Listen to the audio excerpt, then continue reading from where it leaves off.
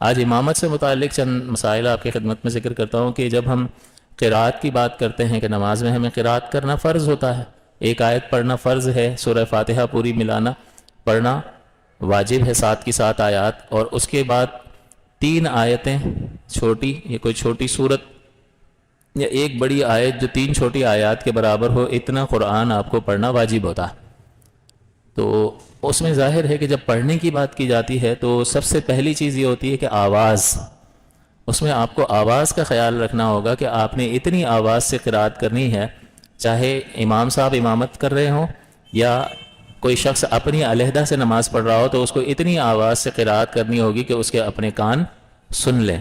جبکہ اطراف میں کوئی شور شرابہ نہ ہو۔ ہاں وہ اتنی آواز سے کر رہا ہے کہ اگر یہ شور شرابہ اگر اطراف میں ہے اور کان تک آواز نہیں پہنچ رہی ہے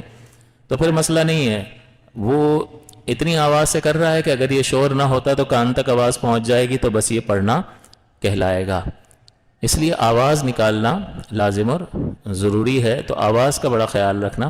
چاہیے کہ جہاں بھی پڑھنے وغیرہ کی بات ہوتی ہے تو اس میں آواز کا بڑا کردار ہوتا ہے۔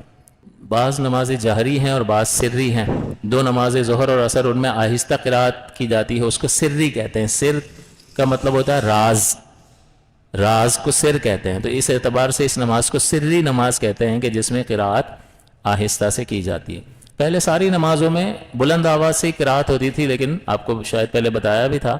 کہ کفار جو ہے وہ تنگ کرنے آ جاتا تھے ظہر اور عصر کے وقت، جیسے قرآن سنتے تھے مسلمان نماز پڑھ رہے ہیں تو پھر وہ قریب جمع ہو کے نماز میں بگاڑ پیدا کرنا، شور شرابہ کرنا،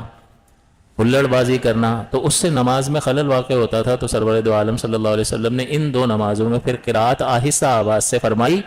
تاکہ ان کو پتہ ہی نہیں چلتا تھا کہ مسلمان نماز پڑھ رہے ہیں۔ اور فجر میں تو اٹھے ہوئے نہیں ہوتے تھے، سسٹم سورج کے حساب سے چلتا تھا، جیسے ہی غروب ہوا سورج تو یہ اس سے پہلے ہی غائب اپنے اپنے گھروں کو، تو یہ مغرب اور عشاء میں بھی نہیں ہوتے تھے، تو یہ فجر مغرب اور عشاء میں ہوتے ہی نہیں تھے، ٹینشن ہی کوئی نہیں تھی، تو جاری رکھا۔ پھر جب اسلام غالب آیا تب بھی سرکار دو عالم صلی اللہ علیہ وسلم نے اسی چیز کو جاری رکھا کہ ظہر اور عصر میں آہستہ اور باقی 3 نمازوں میں اور جمعے کی نماز میں اور عید کی نماز میں یہ قرات تیز ہوتی ہے۔ تو یہ واجب ہے جہاں امام کے لیے کہ جہری نماز میں جہر واجب ہے اور سری نماز میں سر واجب ہے، یعنی 3 نمازیں ہیں اس میں اونچی آواز سے قرات کرنا واجب ہے، اور 2 نمازیں ہیں جس میں آہستہ سے قرات واجب ہے امام پر۔ اچھا، آپ اور میں علیحدہ سے اگر نماز ہم ادا کر رہے ہوں تو اس میں یہی ہوتا ہے کہ جہری میں جہر کر لیں اور سری میں سر، اور جہر سے مراد تھوڑا سا اونچی آواز سے پڑھنا چاہیں تو آپ پڑھ سکتے ہیں، لیکن اس نماز میں بھی اگر آپ آہستہ پڑھنا چاہیں تو آہستہ پڑھ سکتے ہیں کہ اتنی آواز کی جتنے آپ کے کان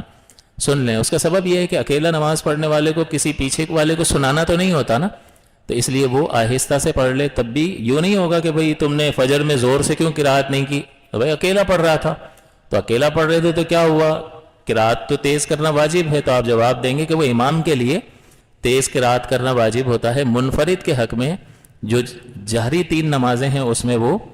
آہستہ سے پڑھ سکتا ہے، لیکن جو سری نمازیں ہیں ظہر اور عصر اس میں اختیار نہیں ہوتا کہ اس کو یہ منفرد اکیلا جو ہے وہ زور زور سے قرات کرنے لگ جائے۔ بعض اوقات ہمارا دل کر رہا ہوتا ہے، اکیلے ہوتے ہیں گھر میں، کمرے میں اکیلے ہوتے ہیں، دل کر رہا ہوتا ہے ذرا تیز قرات کرنے کا، تو فجر مغرب اور عشاء میں آپ کر سکتے ہیں، لیکن ظہر اور عصر میں آپ تیز قرات نہیں کر سکتے، واجب ترک ہوگا، تو یہ منفرد کو بھی خیال رکھنا ہوگا۔ تو بس اس کو اس طرح یاد رکھ لیں کہ جو جہری نماز ہے تیز آواز والی ظہر اور عصر کے علاوہ، اس میں جو اکیلا نماز پڑھنے والا ہے اس میں وہ آہستہ پڑھ سکتا ہے، اور آہستہ والی میں تو اس کو آہستہ پڑھنا ہی ہے، لیکن آہستہ والی میں وہ تیز نہیں پڑھ سکتا ہے، یہ یاد رہنا چاہیے۔ پھر یہ جو آواز کی بات ہے کہ وہ آہستہ پڑھ رہا ہے، یہ آہستہ کب تک قرار دیا جائے گا؟ تو ایک تو آپ یہ کہیں گے کہ جو پڑھنے والا ہے اس کے اپنے کانوں تک آواز جا رہی ہے تو آہستہ پڑھ رہا ہے، یہ پڑھنا کہلائے گا جب آواز جائے گی تو، اور اس کے اپنے کانوں تک جائے گی تو یہ ادنا درجہ ہے آہستہ پڑھنے کا، اور اعلیٰ ترین درجہ یہ ہے کہ جو قریب پہلی صف میں 1-2 بندے کھڑے ہوں ان تک اگر آواز جا رہی ہے تو یہ بھی آہستہ پڑھنا ہی کہلائے گا۔ اس کا مطلب یہ ہے کہ آہستہ پڑھنے کی کم از کم مقدار یہ ہے کہ اس کے اپنے کان سن لیں، اور زیادہ سے زیادہ مقدار یہ ہے کہ جو قریب 1-2 بندے کھڑے ہوں ان تک اگر آواز پہنچ جائے گی تو یوں نہیں کہیں گے یار دوسرے نے سن لیا تو یہ واجب ترک ہو گیا، یہ بھی آہستہ پڑھنا ہی ہے۔ ظہر اور عصر میں اکیلا نماز پڑھ رہا ہو، اتنی آواز سے پڑھ رہا ہے کہ ادھر آدمی بیٹھا وہ سن رہا ہے، تو یہ سر نہیں ہے، یہ جہر بن جائے گا۔ تو آہستہ کی دو صورتیں بیان کی کہ ایک تو یہ آہستہ پڑھنے والا اتنا آواز سے پڑھے کہ اس کے کان سن لے، دوسرا اگر قریب میں ایک دو بندے سن رہے ہیں تو یہ بھی آہستہ ہی پڑھنا ہے، کیونکہ میرے اور آپ کے آقا صلی اللہ علیہ وسلم جب یہ سری نماز ادا فرمایا کرتے تھے تو آپ سورہ فاتحہ وغیرہ کی تلاوت فرماتے تھے تو جو بالکل قریب کھڑا ہوتا تھا اس کو آواز آتی تھی۔ تبھی تو پتہ چلا کہ حضور ان نمازوں میں قرات کرتے ہیں، خاموش ہیں لیکن قرات فرماتے ہیں، بیان بھی فرما دیا لیکن پتہ بھی چلتا تھا، آواز آتی تھی۔ تو یہ اس کا مطلب یہ ہے کہ یہ بھی سر ہی میں شمار ہوگا، جو بالکل کلوز کھڑا ہے اس کا سن لینا۔ ہم یہ نہیں کہیں گے کہ آپ کے علاوہ دوسرے نے سن لیا تو یہ جہر ہو گیا، جہر ہو گیا تو واجب ترک ہو گیا، ایسا